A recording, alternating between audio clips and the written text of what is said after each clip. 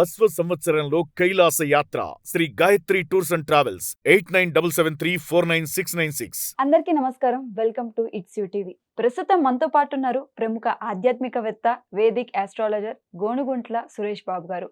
వారితో మాట్లాడి 2026 శ్రీ పరాభవ నామ సంవత్సరంలో ద్వాదశ రాశుల వారికి ఏ విధంగా ఉందో తెలుసుకుందాం. నమస్కారం గురువు గారు. త్రిపుర గారు నమస్కారం అండి. గురువు గారు, 2026 శ్రీ పరాభవ నామ సంవత్సరంలో తులారాశి వారికి ఏ విధంగా ఉంది గురువు గారు? సో త్రిపుర గారు, మనం శ్రీ పరాభావ నామ సంవత్సరంలో ఉన్నాము. ఈ మీనింగ్ లో ఏంటంటే పరాభవం. ఓకే, పరా అంటే దూరంగా ఉండటం, అభావం అంటే ఇన్ఫీరియారిటీ కాంప్లెక్స్, భయపడుతూ ఉండటంలో ఉంటుంది కదా, ఈ సిచ్యువేషన్ అనుకోవాలి. శ్రీ పరాభావ నామ సంవత్సరం అంటే మనకి పిరికితనానికి దూరంగా ఉండాలి, ఇన్సెక్యూరిటీ ఫీలింగ్కి దూరంగా ఉండాలి అని చెప్పుకోవాలి. ఫస్ట్ ఏంటంటే, అసలు ఎవరు మనం ఎందుకు భయపడుతూ ఉంటాం చెప్పండి? మనం భయపడకుండా భయానికి దూరంగా ఉండాలి. ఎందుకు ఫస్ట్ భయపడతామంటే, ఎప్పుడైతే మనం అధర్మబద్ధంగా ఏదైనా పని చేసినప్పుడు, సమాజానికి వ్యతిరేకంగా ఏదైనా పని చేసినప్పుడు, చెయ్యకూడని పనులు చేసినప్పుడు లోన బాధపడుతూ దూరంగా ఉంటూ ఉంటాం అనమాట. అయితే శ్రీ పరాభావ నామ సంవత్సరంలో అలా ఎవరైనా గనక తెలిసి కానీ తెలియక కానీ ఏదైనా గనక ఎగనెస్ట్ ధర్మానికి వ్యతిరేకంగా గనక వెళ్ళుంటే వాళ్ళకి ఎక్స్పోజ్ అయిపోతాయి స్కాములు లాంటివి. వాళ్ళు ఏమైనా తప్పులు చేసినా, రాజకీయ నాయకులు ఉన్నా, మేనేజర్ లెవెల్ పొజిషన్లో ఉన్నా, సి లెవెల్ పొజిషన్లో ఉన్నా, ఇలాంటి వాళ్ళు లేదంటే తెలిసి ఇంటెన్షనల్గా వాళ్ళు పబ్లిక్ ఒక రకంగా ఉండి లోన ఇంకొకటి చేస్తూ, వాళ్ళ స్టాఫ్తో ఒక రకంగా ఉండి లోన ఇంకొక విధంగా ఉంటే ఏదైనా గిల్టీ పనులు చేస్తే అవన్నీ బయటపడిపోతూ ఉంటాయి. అప్పుడేమవుతుంది? పరాభవం ఎదురవుతుంది అని చెప్తారు. అంటే ప్రతి ఒక్కరికి పరాభవం అవ్వదు. ఎవరైతే అధర్మబద్ధంగా తెలిసి తెలవక ఉంటామో ఆ యొక్క తప్పులకి మనకు బయటకు కనిపించేస్తుంటుంది. ఎప్పుడైతే మనం జ్ఞానాన్ని తెలుసుకుంటామో సన్మార్గంలో వెళ్తాము. ఎప్పుడైతే మనకు తెలవకుండా రాంగ్ ట్రాక్లో వెళ్ళిపోయిన రిజల్ట్ రాదనమాట. సో శ్రీ పరాభావ నామ సంవత్సరం అది ధర్మబద్ధంగా ఉండే వాళ్ళకి, హార్డ్ వర్క్ చేసే వాళ్ళకి అద్భుతమైనది. తెలిసి తెలియక తప్పులు చేసే వాళ్ళకి, అలాంటి వాళ్ళకి ఇది వాళ్ళ యొక్క పతనాన్ని చూస్తూ ఉంటుంది, అపజయం వస్తుందని చెప్తూ ఉంటారు. సో ఈ పరాభావ నామ సంవత్సరంలో 12 రాసులకు ఎలా ఉందో మనం చూద్దాం. ముందుగా ఓం గం గణపతియే నమః, స్వర్ణలక్ష్మి నమస్తే అస్తు, పరబ్రహ్మ స్వరూపిణి, రాజ్యం దేహి ధనం దేహి, సర్వకామాంచ దేహి మే. త్రిపుర గారు, శ్రీ పరాభావనామ సంవత్సరంలో తులారాశి వారికి ఎలా ఉందో అని అడిగారు. వీళ్ళకి last year one of the rocking రాసులు ఏదైనా ఉందంటే ఇదే. అంటే టాప్ 3 రాసుల్లో చూసుకుంటే బాగా ఎక్స్ట్రీమ్ లెవెల్గా ఉన్న రాసుల్లో తులారాశి ఒకటి. అదే లెగసీ వీళ్ళు ఈ సంవత్సరం కూడా కంటిన్యూ చేస్తారు. పర్టికులర్గా జూన్ జూలై వరకు ఆ లెగసీ అలానే కంటిన్యూ చేస్తారు. తర్వాత గురువు మారటంతో కొంచెం వాళ్ళది స్పీడ్ తగ్గుతుంది. అంతకుముందునంత స్పీడ్ ఉండదు, కానీ దూకుడుగా అలానే వెళ్ళిపోతారు. అదేంటంటే రోడ్ ఈజ్ చాలా స్మూత్గా ఉంది. ఇంకా వాళ్ళకి వెళ్ళే ఓపికను బట్టి, పర్సనల్ ఇంట్రెస్ట్ని బట్టి, ఓకే, చాలా ఉంటాయి కదండి ఇంకా పారామీటర్లు. గ్రహాలు అనుకూలంగానే కాదు, వాళ్ళకి సాధించాలని ఒక బర్నింగ్ సెన్సేషన్, తపన ఇవన్నీ ఉండాలి. గురువుల యొక్క కృప చాలా ఉంటుంది. బట్ ఓవరాల్గా కనుక చూసుకుంటే తులారాశి వన్ ఆఫ్ ది బెస్ట్ రాశి. బాగా ఉన్న రాశులు ఇది ఒక రాశి. విశేషం కనుక చూసుకుంటే ఇందులో మనం ముందుగా ఇలాంటి రాశి వాళ్ళందరికీ స్వర్ణలక్ష్మి అమ్మవారి కృపా కటాక్షం వల్ల వీళ్ళకి అష్టలక్ష్మితో వాళ్ళ ఇల్లంతా నిలబడి ఉండాలి. అంతేకాకుండా స్వర్ణలక్ష్మి కృప వల్ల వీళ్ళకి మనస్తత్వం, ఓకే, పరబ్రహ్మ స్వరూపిణి అంటారు, బ్రహ్మతత్వం నిండి ఉండాలంట. అంటే ఏంటి? ప్రతిదాన్ని మనం చాలా పవిత్రంగా చూడటం ఇంపార్టెంట్. అలానే మన దగ్గర కొన్నిసార్లు కొన్ని అందుబాటులో ఉంటాయి, కొన్ని అందుబాటులో ఉండవు, దూరంగా ఉంటాయి. కొన్ని మనకి ఈజీగా అనుకుంటా వస్తాయి, కొంచెం టైం తర్వాత వస్తూ ఉంటుంది. వాటిలో ఎట్లాంటి పరిస్థితుల్లో కూడా ఈ రాశి వాళ్ళు అత్యంత ఆనందంగా, సంతోషంగా, ఉత్సాహంగా ఉండాలి. వాళ్ళ ముఖాలు ఎప్పుడు చిరునవ్వుతూ ఉండాలని చెప్పేసి మనం కోరుకుందాం.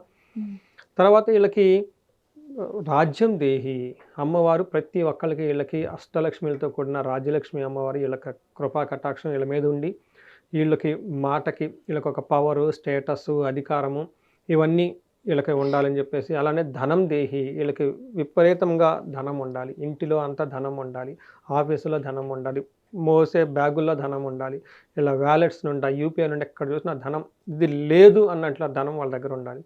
లాస్ట్లో సర్వకామార్థ సిద్ధి. ఏదైనా కనుక వాళ్ళ మనసులో ఒక కోరిక వచ్చింది అంటే వితిన్ సెకండ్లో ఆ కోరిక వాళ్ళకి నెరవేరాలి. ఇలాంటి ఒక గొప్ప శక్తులంతా వీళ్ళు చక్కగా వీళ్ళ చుట్టూ ఉండాలని చెప్పేసి మనం కోరుకుందాం.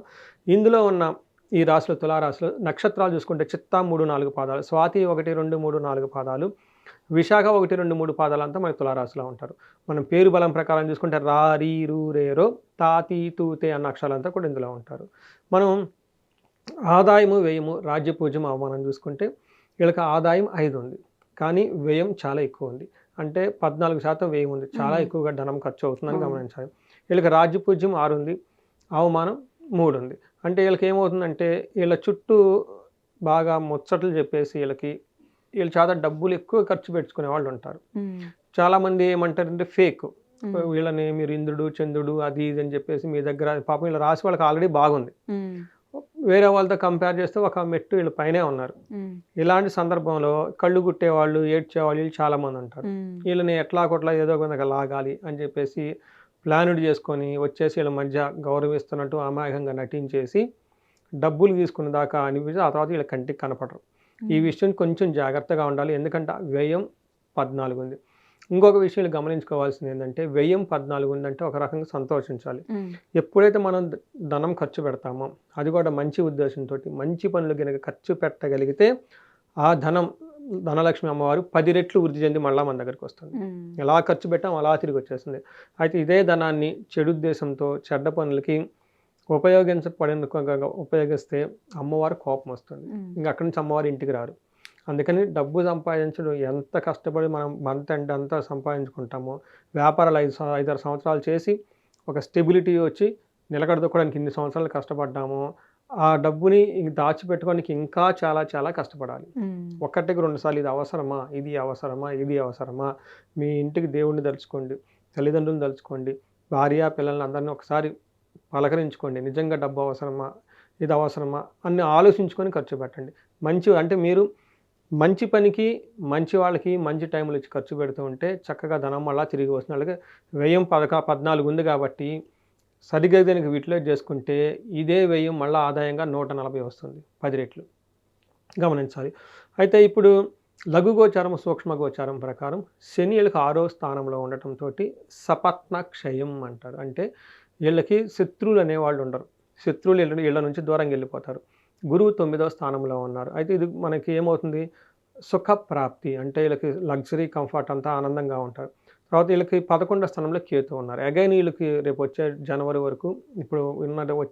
వరకు కేతు వల్ల విశేషంగా కీర్తి ప్రతిష్టలు ధనం అంతా వస్తుంది.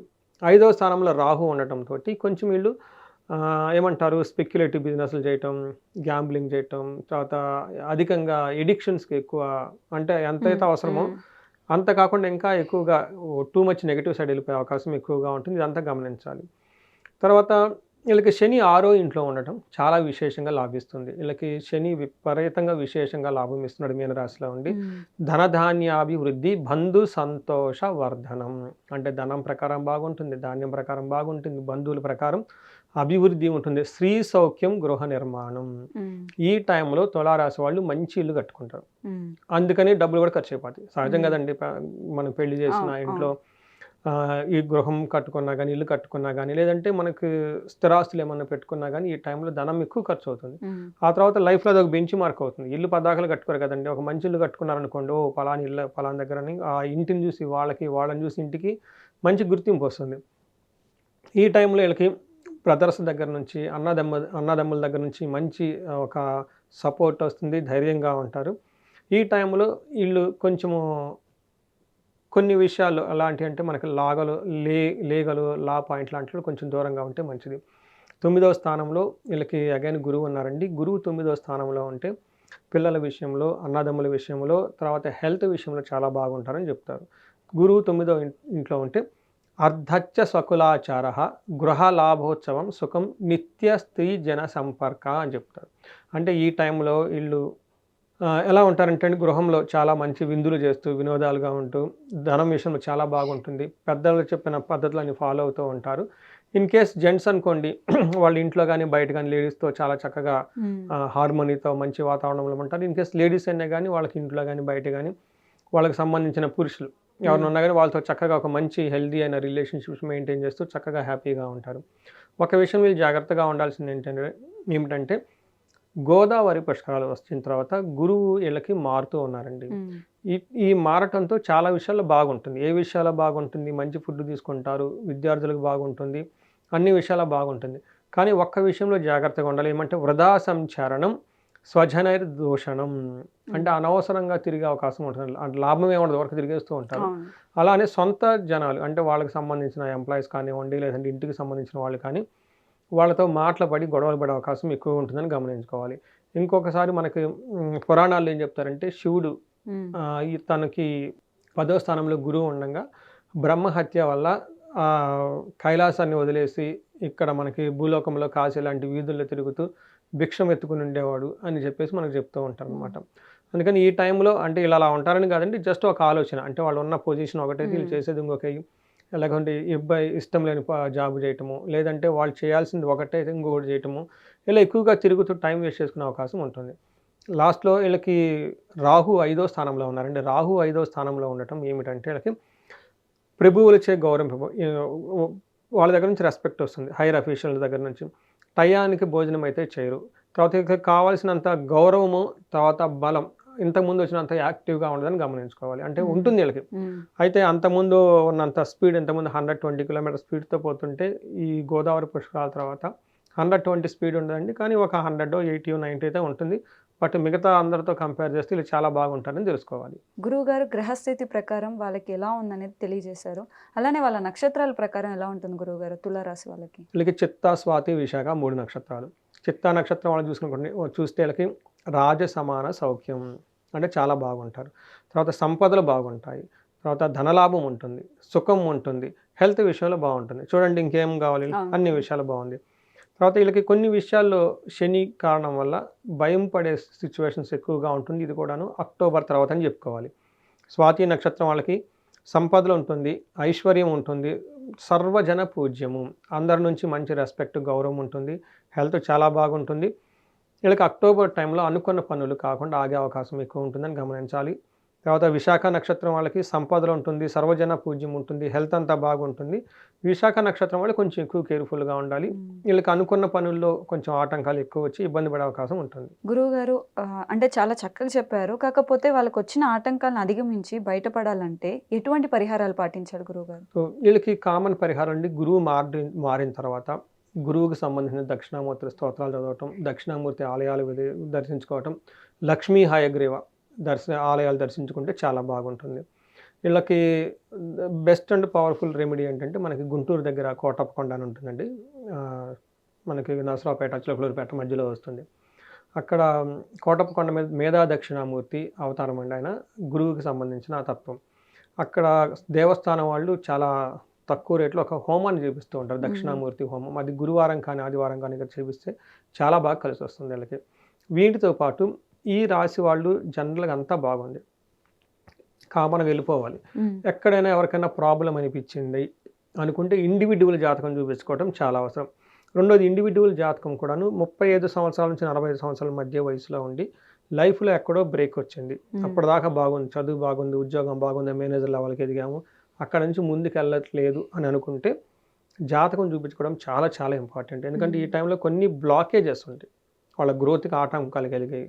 అది మనకి మిడ్ లైఫ్ క్రైసిస్ అని రకరకాలుగా మాట్లాడుతూ ఉంటారు, హార్మోనల్ ఇంబ్యాలెన్స్ అని. బట్ జ్యోతిష శాస్త్రంలో ఏం చెప్తుందంటే అది కారణం, ఆ హార్మోనల్ బ్యాలెన్స్ ఎందుకు వచ్చింది, ఆ ఇంబ్యాలెన్స్ ఎందుకు వచ్చిందంటే కొన్ని రకాల శాపాలు, దోషాలు అని చెప్తారు. ఆ టైంలో యాక్టివేట్ అవుతూ ఉంటాయి.